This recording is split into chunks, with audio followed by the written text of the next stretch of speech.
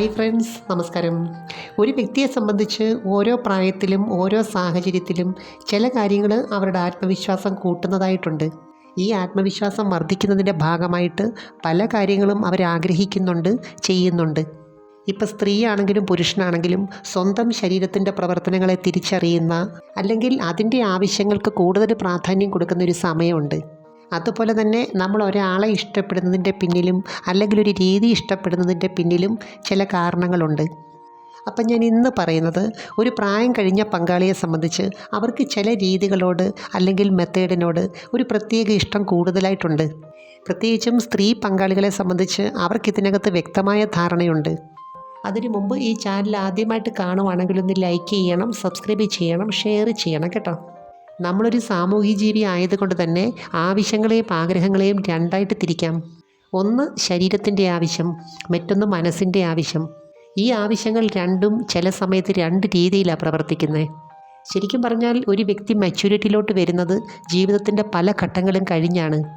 ഇപ്പോൾ സ്ത്രീ ആണെങ്കിലും പുരുഷനാണെങ്കിലും കാമത്തിൻ്റെ ഊർജം വരുന്ന സമയത്ത് അല്ലെങ്കിൽ കൂടുന്ന സമയത്ത് മനസ്സ് ഒരു പ്രത്യേക തലത്തിൽ പ്രവർത്തിക്കാറുണ്ട്. നമ്മളിപ്പോൾ ഏത് കാര്യം എടുത്താലും അതിനകത്തൊരു സീക്രസി ഉണ്ട്. ആരോഗ്യമുള്ള മച്ചുറായിട്ടുള്ള ഓരോ വ്യക്തിക്കും അതുണ്ട്. വ്യക്തികൾക്ക് മാത്രമല്ല, ഏതൊരു ജോലിയാണെങ്കിലും, ഒരു ബിസിനസ് ആണെങ്കിലും, അല്ലെങ്കിൽ ഒരു പ്രോഡക്റ്റ് ആണെങ്കിലും, ഇനി ഒരു കലാരൂപമാണെങ്കിലും അതിൻ്റെ പിന്നിലൊരു സീക്രസി ഉണ്ട്. ഇനി എത്ര നല്ല ദാമ്പത്യത്തിനകത്താണെങ്കിലും പങ്കാളികൾക്ക് തമ്മിലും ഒരു സീക്രസി ഉണ്ട്. എന്നുവെച്ചാൽ തുറന്ന ഒരു പുസ്തകമായിട്ട് ഈ ലോകത്തൊന്നും തന്നെയില്ല, ഒരു വ്യക്തികളും ഇല്ല. ഇപ്പോൾ കാമത്തിൻ്റെ ഫീലിങ്സ് വരുന്ന സമയത്ത് ഓരോരുത്തരുടെയും മനസ്സ് ഓരോ തലത്തിലാണ് പ്രവർത്തിക്കുന്നത്. ഒരു പ്രായം കഴിഞ്ഞ ചില സ്ത്രീകളെ സംബന്ധിച്ച് അവരുടെ കാമവികാരത്തിന് വ്യക്തമായ കാഴ്ചപ്പാടുണ്ട്. ശരിക്കും പറഞ്ഞാൽ ഒരു പ്രായം കഴിയുമ്പോൾ സ്ത്രീകളിൽ രണ്ടാമതൊരു കൗമാരം വരുന്നുണ്ട്. ഞാനിവിടെ പറയുന്നത് നല്ല ആരോഗ്യമുള്ള, സന്തോഷമുള്ള, ജീവിതം ആസ്വദിക്കുന്ന, സ്വന്തം വികാര വിചാരങ്ങളെ റെസ്പെക്റ്റ് ചെയ്യുന്ന വ്യക്തികളെക്കുറിച്ചാണ് കേട്ടോ. ഓരോരുത്തരും അവരുടെ സാഹചര്യത്തിനനുസരിച്ച്, ഇഷ്ടത്തിനനുസരിച്ച് ഇതിനകത്തൊരു ലൈഫ് സ്റ്റൈൽ ചിട്ടപ്പെടുത്തി വെച്ചിട്ടുണ്ട്. കാരണം ആരോഗ്യമുള്ള സ്ത്രീകളെ സംബന്ധിച്ച് ചില ദിവസങ്ങളിൽ അവർക്കിത് വേണമെന്ന് ശക്തമായിട്ട് ആഗ്രഹം തോന്നാറുണ്ട്. രണ്ട് വ്യക്തികൾ തമ്മിൽ ഒന്നിച്ചു കഴിയുമ്പോൾ പലതരത്തിലുള്ള മാനസിക അവസ്ഥയിൽ കൂടെ കടന്നു പോകുന്നത്. പ്രത്യേകിച്ചും സ്ത്രീ പങ്കാളികളെ സംബന്ധിച്ച് പലരും ഈ ബുദ്ധിമുട്ട് അനുഭവിക്കുന്നുണ്ട്. മിക്കവാറും സ്ത്രീകളെ സംബന്ധിച്ച് ഈ ഒരു കാര്യം പൂർണ്ണമായിട്ട് ആസ്വദിക്കണമെന്നുണ്ടെങ്കിൽ, അല്ലെങ്കിൽ ഷെയർ ചെയ്യണമെന്നുണ്ടെങ്കിൽ പങ്കാളിയോടുള്ള അവരുടെ ആറ്റിറ്റ്യൂഡ് വളരെ പ്രധാനമാണ്. അതുകൊണ്ട് തന്നെ പുരുഷനെ സംബന്ധിച്ച് ചില കാര്യങ്ങൾ ഇതിനകത്ത് ശ്രദ്ധിക്കേണ്ടതായിട്ടുണ്ട്. പങ്കാളിയെ എല്ലാ വികാര വിചാരങ്ങളും അടിച്ചേൽപ്പിക്കാനുള്ളൊരു വ്യക്തി എന്നതിന് പകരം സ്വതന്ത്രമായിട്ടുള്ളൊരു ഫ്രണ്ടായിട്ട് കാണുക. നിങ്ങൾ ശ്രദ്ധിച്ചിട്ടുണ്ടോ, ഈ പ്രായത്തിലുള്ള ചില സ്ത്രീകളെ സംബന്ധിച്ച് അവർക്ക് പ്രണയിക്കാനുള്ള ടെൻഡൻസി കൂടുതലാണ്. മാത്രമല്ല, ഈ സമയത്തെ പ്രണയം കാമത്തിൻ്റെ ഊർജ്ജത്തെ കൂട്ടുന്നുണ്ട്. കാരണം ബ്രെയിനിൽ ഉൽപ്പാദിപ്പിക്കുന്ന ചില കെമിക്കലുകളാണ് ഇതുപോലുള്ള ഫീലിങ്സ് ഉണ്ടാക്കി തരുന്നത്. ഫിസിക്കലായിട്ട് നല്ല സംതൃപ്തി കിട്ടുന്നവരെ സംബന്ധിച്ച് അവർ പങ്കാളിയോട് ഈ സമയത്ത് കൂടുതൽ അടുപ്പം കാണിക്കാറുണ്ട്. ഫോർപ്ലേ സമയത്ത് നാവുകൊണ്ട് ചെയ്യുന്ന ചില ക്രിയകൾക്ക് കൂടുതൽ പ്രാധാന്യം കൊടുക്കുമ്പോൾ ഈ സമയത്ത് ഉൽപ്പാദിപ്പിക്കുന്ന ഹോർമോൺ ഡോപ്പാമൈനും ഓക്സിറ്റോസിനും ആയിരിക്കും. മാരടത്തിൻ്റെ ഭാഗത്ത് ഏറ്റവും കൂടുതൽ ആകർഷണം തോന്നിപ്പിക്കുന്ന ഒരു സമയമുണ്ട്. കാമത്തിൻ്റെ ഊർജ്ജം അവിടെ കൂടുതലായിട്ട് വരുമ്പോൾ അത് റിലീസ് ചെയ്ത് പോയില്ലെങ്കിൽ പങ്കാളിക്കതൊരു ബുദ്ധിമുട്ടാണ്. എന്നുവെച്ചാൽ എവിടെയാണ് കൂടുതലായിട്ടും സ്റ്റിമുലേഷൻ വേണ്ടതെന്ന് അറിഞ്ഞ് ചെയ്യുമ്പോഴാണ് അവർ മറ്റൊരു ലോകത്തേക്ക് പോകുന്നത്. ഈ സമയത്ത് പങ്കാളിയുടെ റെസ്പോൺസിൽ കൂടി പുരുഷനത് മനസ്സിലാക്കാൻ പറ്റും. അതുപോലെ പുരുഷനെ സംബന്ധിച്ച് അവൻ്റെ സങ്കല്പത്തിനകത്ത് ഏറ്റവും കൂടുതൽ വരുന്നത് ഈ വിഭാഗത്തിലുള്ളവരുടെ ഷേപ്പാണ്. അതുപോലെ പുരുഷ ഹോർമോണായ ടെസ്റ്റോസ്ട്രോണും ഇവരിൽ ശരിയായ രീതിയിൽ പ്രവർത്തിക്കുന്നുണ്ട്. ഇത് ഇവരിൽ കാമത്തിൻ്റെ ഊർജ്ജത്തെ കൂട്ടുന്ന ഏറ്റവും പ്രധാനപ്പെട്ട ഒരു ഘടകമാണ്. അതുകൊണ്ട് തന്നെ യോനി ഭാഗത്തേക്ക് കൂടുതലായിട്ട് ബ്ലഡ് സർക്കുലേഷൻ ഉണ്ടാകുന്നു, മൈൻഡ് അവിടെ ഫോക്കസ് ചെയ്യുന്നു. ക്രിസരിയുടെ ഭാഗത്തുള്ള ആയിരക്കണക്കിന് നെർവ് എൻഡിങ്സിനെ ബ്രെയിൻ ഈ സമയം എക്സ്പീരിയൻസ് ചെയ്യുന്നുണ്ട്.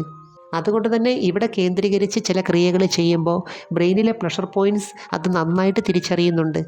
ഇതിനകത്ത് മറ്റൊരു കാര്യമുണ്ട് കേട്ടോ. ഇനിയിപ്പോൾ ഏത് രീതിയാണെങ്കിലും ഏത് മെത്തേഡാണെങ്കിലും പങ്കാളിയോട് ഒരു ആകർഷണം ഉണ്ടെങ്കിൽ മാത്രമേ അവനത് ശരിയായ രീതിയിൽ ചെയ്യാൻ പറ്റത്തുള്ളൂ. ചിലർക്കാണെങ്കിൽ ഒന്ന് സ്റ്റാർട്ട് ചെയ്യാനാ പാട്, പിന്നെ നന്നായിട്ട് ഓടിക്കോളും.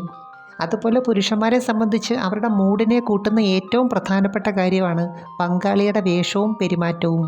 പല പുരുഷന്മാരും പറയുന്നൊരു കാര്യമാണ്, അവർക്ക് ആദ്യം പങ്കാളിയോട് നല്ലൊരു ആകർഷണം ഉണ്ടായിരുന്നു, പിന്നീട് അത് കുറഞ്ഞു വരുന്നു. അതിൻ്റെ പ്രധാന കാരണം ശരീരത്തിനും മനസ്സിനും റിലാക്സേഷൻ കിട്ടാത്തൊരു മൈൻഡ് സെറ്റാണ്, അല്ലെങ്കിൽ ഒരു ലൈഫ് സ്റ്റൈലാണ്. ഈ കാര്യത്തിൽ ചില സ്ത്രീകളുടെ അമിത ആത്മവിശ്വാസവും അലസതയാണ് പുരുഷന് അവരോടുള്ള താല്പര്യം കുറയുന്നത്. ഞാൻ എങ്ങനെ ഇരുന്നാലും ഏത് രീതി പെരുമാറിയാലും ഏത് വേഷം ധരിച്ചാലും പങ്കാളിക്ക് എന്നോട് ആകർഷണമുണ്ട് എന്ന തെറ്റായ ചിന്ത. അപ്പോൾ ഈ ഒരു താല്പര്യം നിലനിർത്താനായിട്ട് സ്ത്രീകളെ സംബന്ധിച്ച് പല കാര്യങ്ങളും ചെയ്യേണ്ടതായിട്ടുണ്ട്. ഈ ആകർഷണവുമായിട്ട് ബന്ധപ്പെട്ട് ഓരോരുത്തർക്കും ഓരോ കാര്യങ്ങളാണ് പ്രകൃതി കൊടുത്തിരിക്കുന്നത്. അപ്പോൾ ആ ഭാഗത്തിൻ്റെ ക്വാളിറ്റി കൂടുതലായിട്ടും സംരക്ഷിച്ച് അവിടെ കൂടുതലായിട്ടും സ്റ്റിമുലേറ്റ് ചെയ്യിപ്പിച്ച് ആത്മവിശ്വാസം വർദ്ധിപ്പിക്കണം. പിന്നെ ഒരു കാര്യമുണ്ട് കേട്ടോ, നല്ല അടുപ്പമുള്ള പങ്കാളികളൊക്കെ ആണെങ്കിൽ ഒരു നോട്ടത്തിൽ കൂടെ അറിയാൻ പറ്റും, അറിയിക്കാനും പറ്റും. അതുപോലെ പുരുഷന്മാരെ സംബന്ധിച്ച് ചില പ്രത്യേക വസ്ത്രങ്ങളിൽ പങ്കാളിയെ കാണുമ്പോൾ മൈൻഡ് സെറ്റ് മാറാറുണ്ട്. ഇതിൻ്റെ പ്രധാനപ്പെട്ട കാരണം എന്താണെന്ന് വെച്ചാൽ ഇതുമായിട്ട് ബന്ധപ്പെട്ട് പല സീക്രട്ട് കോഡുകളും പുരുഷൻ്റെ ബ്രെയിനിൽ പ്രവർത്തിക്കുന്നുണ്ട്. അതുകൊണ്ട് തന്നെ ചില പ്രത്യേക വേഷത്തിൽ ഏതൊരു വ്യക്തിയോടും അവർക്ക് കാമം തോന്നും. അതുകൊണ്ട് രണ്ടുപേരും ഇനി എത്ര സ്നേഹമാണെങ്കിലും പേഴ്സണാലിറ്റി ഡെവലപ്പ് ചെയ്യണം. അപ്പോൾ ഈ ഒരു സ്റ്റേജിലുള്ളവരെ സംബന്ധിച്ച് എന്തെങ്കിലും വെറൈറ്റി ആയിട്ട് ചെയ്യുമ്പോൾ കുറച്ച് ആകാംക്ഷ കൂടും. നാവ് കൊണ്ട് ചില ഭാഗങ്ങളിൽ ചെയ്യുന്ന ക്രിയകൾക്ക് നെർവിൻഡിക്സിനെ ഉത്തേജിപ്പിക്കാനുള്ള കഴിവുണ്ട്.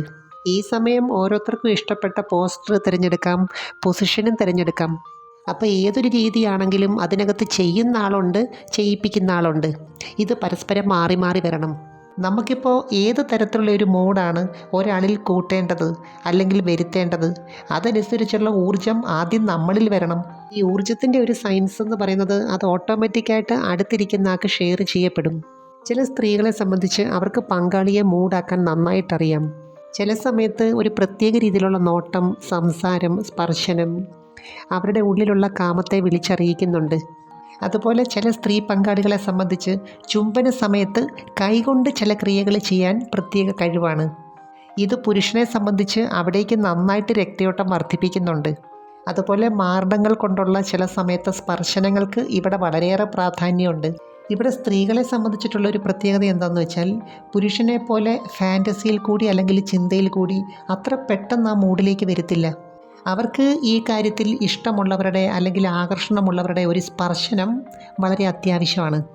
ഈ ഒരു സ്റ്റേജിലുള്ളവരെ സംബന്ധിച്ച് അവർക്ക് കുറച്ച് റൊമാൻറ്റിക്കായിട്ടുള്ള ബന്ധപ്പെടലിനോട് ഒരു പ്രത്യേക താല്പര്യമുണ്ട്. അതുകൊണ്ടാണ് ഇഷ്ടപ്പെട്ട പുരുഷന് വേണ്ടി ഏത് രീതിയിൽ അഡ്ജസ്റ്റ് ചെയ്യാനും അവർ തയ്യാറാകുന്നത്. ഇതിനകത്ത് സ്ത്രീ പങ്കാളി മനസ്സിലാക്കേണ്ട ഒരു കാര്യം എന്താണെന്ന് വെച്ചാൽ കൂടുതലായിട്ട് അവൈലബിൾ ആകാൻ പോയാൽ പുരുഷനെ സംബന്ധിച്ച് അവരുടെ ആറ്റിറ്റ്യൂഡിന് മാറ്റം വരും. ഏത് കാര്യമാണെങ്കിലും കുറച്ച് പ്രയാസപ്പെട്ട് നേടുമ്പോഴാണ് പുരുഷ മനസ്സ് അതിനൊരു വാല്യൂ കൊടുക്കുന്നത്. എന്നുവെച്ചാൽ എപ്പോഴും ഈസിലി അവൈലബിൾ ആണെങ്കിൽ വില കുറയും. ഇപ്പം നമ്മൾ കാമപരമായിട്ടുള്ള എന്ത് കാര്യം ചെയ്താലും അതിൻ്റേതായിട്ടുള്ളൊരു സാഹചര്യം സൃഷ്ടിക്കേണ്ടതായിട്ടുണ്ട്. ഇപ്പോൾ ഒരു കാര്യം ചെയ്യുമ്പം വീണ്ടും അത് ചെയ്യാൻ തോന്നുന്നത് എന്താ? അതിനകത്തുനിന്ന് എന്തോ ഒരു റിലാക്സേഷൻ അല്ലെങ്കിൽ എന്തോ ഒരു ത്രില്ല് ബ്രെയിന് കിട്ടുന്നുണ്ട്. ഇപ്പോൾ ഈ പങ്കുവെക്കലിനകത്ത് ഏറ്റവും വലിയൊരു സംതൃപ്തി എന്താണെന്നറിയാമോ? എന്നെക്കൊണ്ട് എൻ്റെ പങ്കാളി തൃപ്തിപ്പെട്ടു എന്ന ചിന്തയാണ്.